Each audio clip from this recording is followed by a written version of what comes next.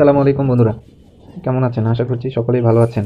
আজকে আমরা যে বিষয়টি নিয়ে কথা বলবো সেটি হচ্ছে কলমি শাক বাজরিকা পাখির জন্য কী পরিমাণ উপকারী। কলমি শাক বাজরিকার পাখির জন্য অনেক পুষ্টিগুণ সমৃদ্ধ এবং উপকারী একটি শাক। এই শাক পাখির হজম শক্তি বৃদ্ধি করে, খনিজ এবং ভিটামিনের ঘাটতি পূরণ করে এবং পাখির শরীর গঠনে সহযোগিতা করে। এতে রয়েছে প্রচুর পরিমাণে ফাইবার, যার কারণে পাখির হজমে সাহায্য করে এবং পাখির পেটের সমস্যা দূর করে।